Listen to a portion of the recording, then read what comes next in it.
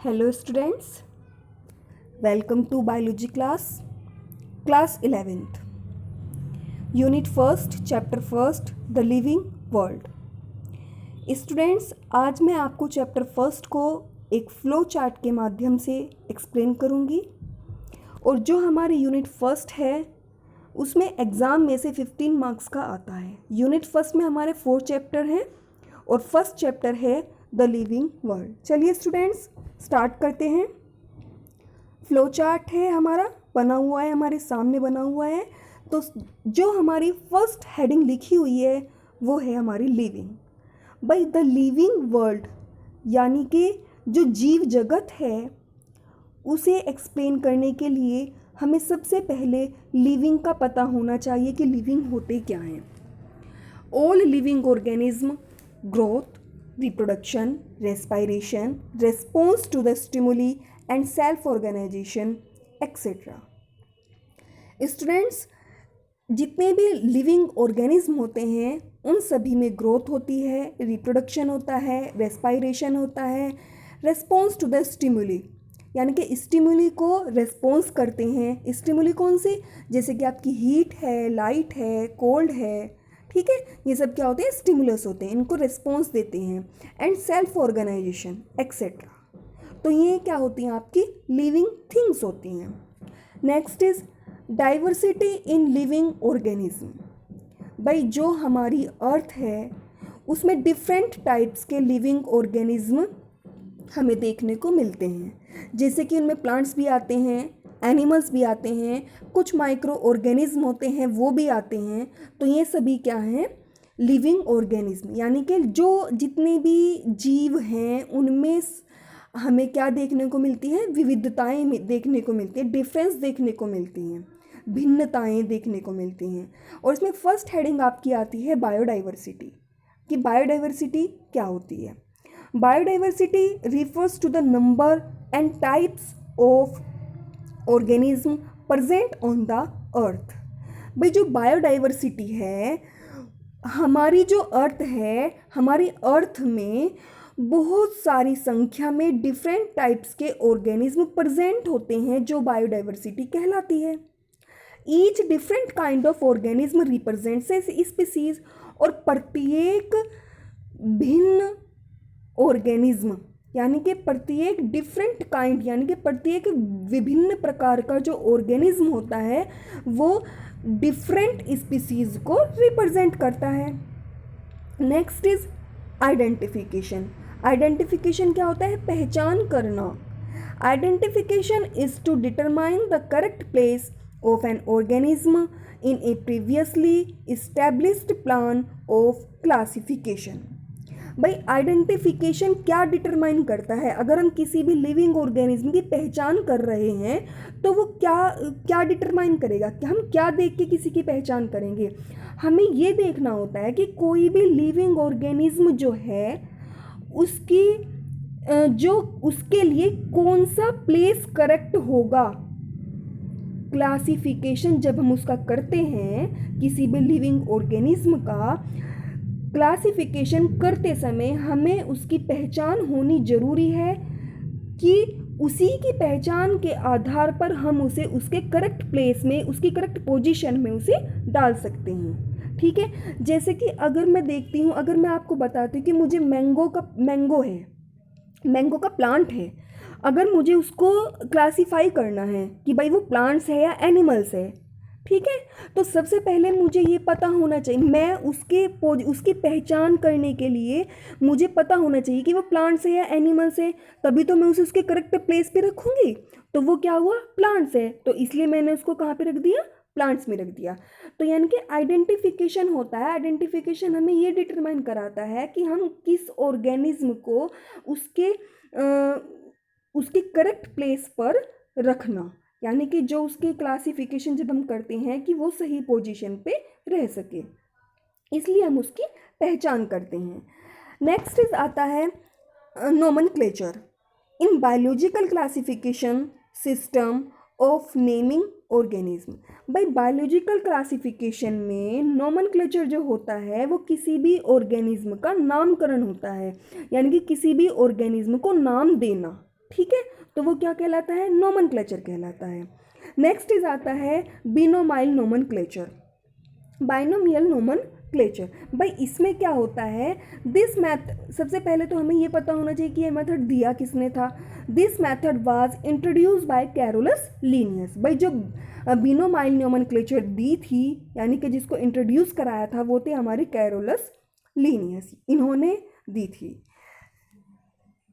Next, it is a method in which every organism is given a scientific name which has two parts। यानी कि ये एक ऐसा methods है प्रत्येक ऑर्गेनिज्म के लिए जो उसका साइंटिफिक नेम देते हैं। यानी कि अगर वो प्लांट है तो उसका बॉटनिकल नेम होगा, अगर वो एनिमल्स है तो उसका जूलॉजिकल नेम होगा।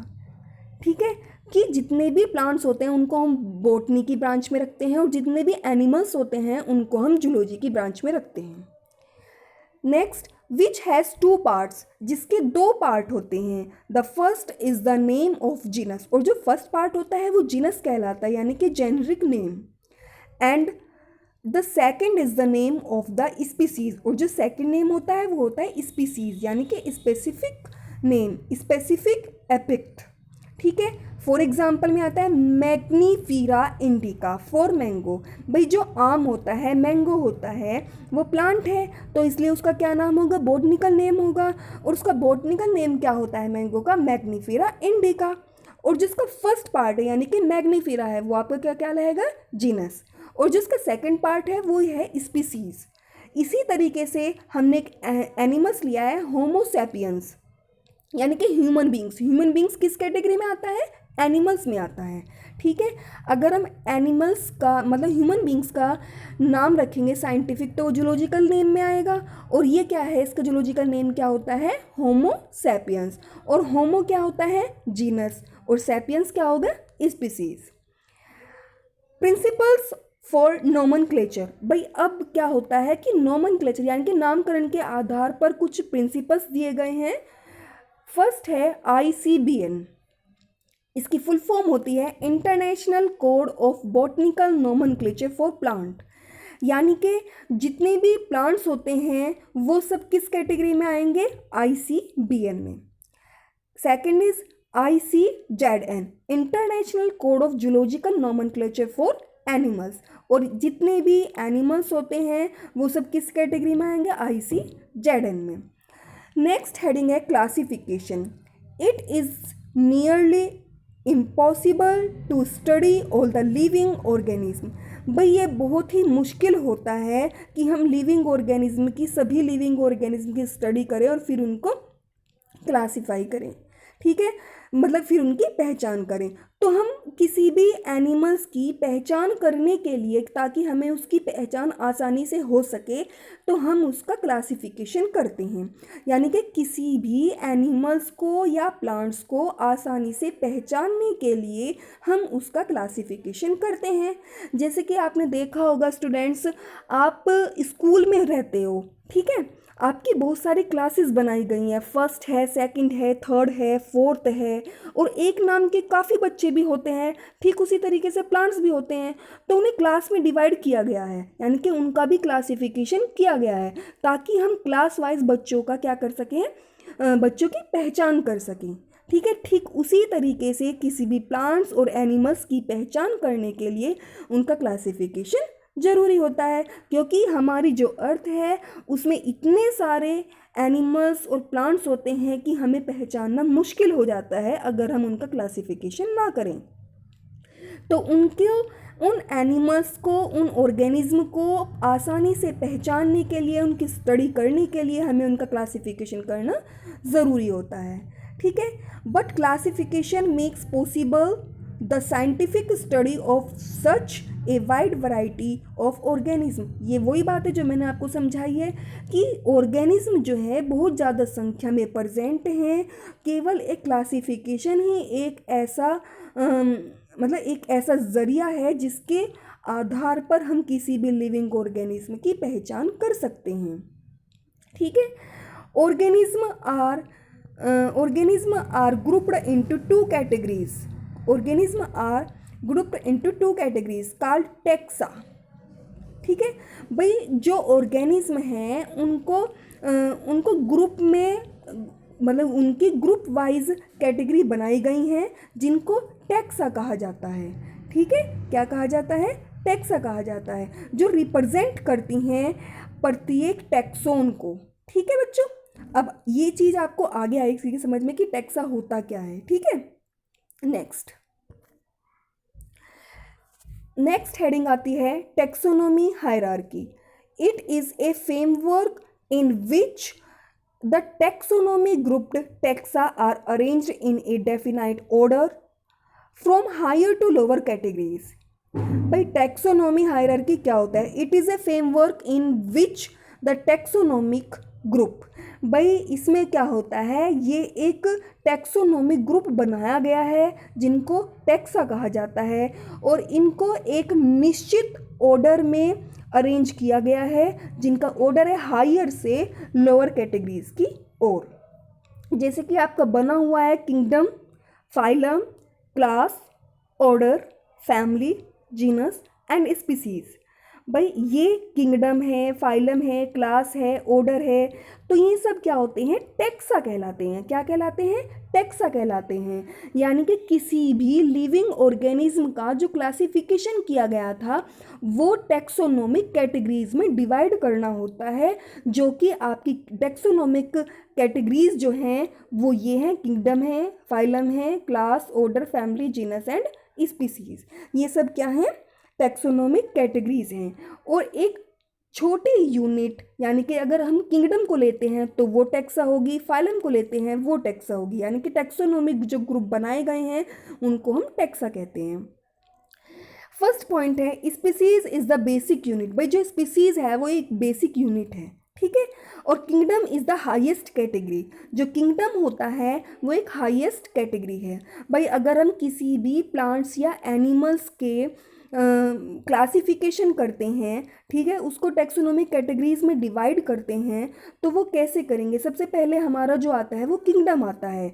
अगर हम किसी प्लांट का करेंगे तो किंगडम हो जाएगा प्लांटी। अगर हम किसी एनिमल्स का करते हैं तो किंगडम हो जाएगा animalia. Understood? Second is in plants kingdom division is the category equivalent to phylum. भाई जो प्लांट्स होते हैं, जो प्लांट किंगडम है, उसमें डिवीज़न जो होता है वो इक्विवेलेंट होता है किसके? फाइलम के। अब देखिए अगर हम प्लांट्स का क्लासिफिकेशन करते हैं तो हम फाइलम नहीं लिखेंगे, डिवीज़न लिखेंगे। और अगर हम एनिमल्स का करते हैं तो हम डिवीज़न नहीं लिखेंगे, फाइलम लिखेंगे। फाइलम और डिवीज़न दोनों बराबर होते हैं। Next is all the numbers of A taxon have similar characteristics which are different from that the other taxa। भाई टैक्सोन के जितने भी मेंबर्स होते हैं वो सभी एक ही कैरेक्टरिस्टिक्स के होते हैं। which are different from that, अगर अलग होंगे तो वो डिफरेंट टैक्सा के एनिमल्स होंगे। ठीक है, यहाँ तक समझ में आया बच्चों? आगे taxonomic hierarchy of a few organism. कुछ ऑर्गेनिज्म का क्लासिफिकेशन दिया गया है, taxa, mango and man. Kingdom, भाई मैंगो प्लांट है तो प्लांट ही लिखा हुआ है, मैन एनिमेलिया है तो एनिमेलिया लिखा हुआ है। फाइलम, मैंगो हमारा प्लांट है तो हम डिवीज़न लिखेंगे, ये आता है एंजियोस्पर्म में। और जो हमारा मैन है वो हमारा एनिमल्स है, इसलिए हम फाइलम लिखेंगे, कोर्डेटा।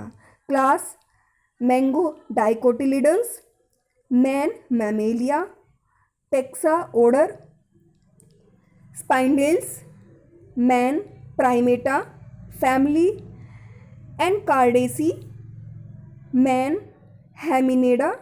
जीनस आता है मैग्निफिरा और मैन का आता है Homo. Species mango indica and man sapiens. Students I hope आपको ये चैप्टर समझ आया होगा। चलिए okay, thank you so much बच्चों।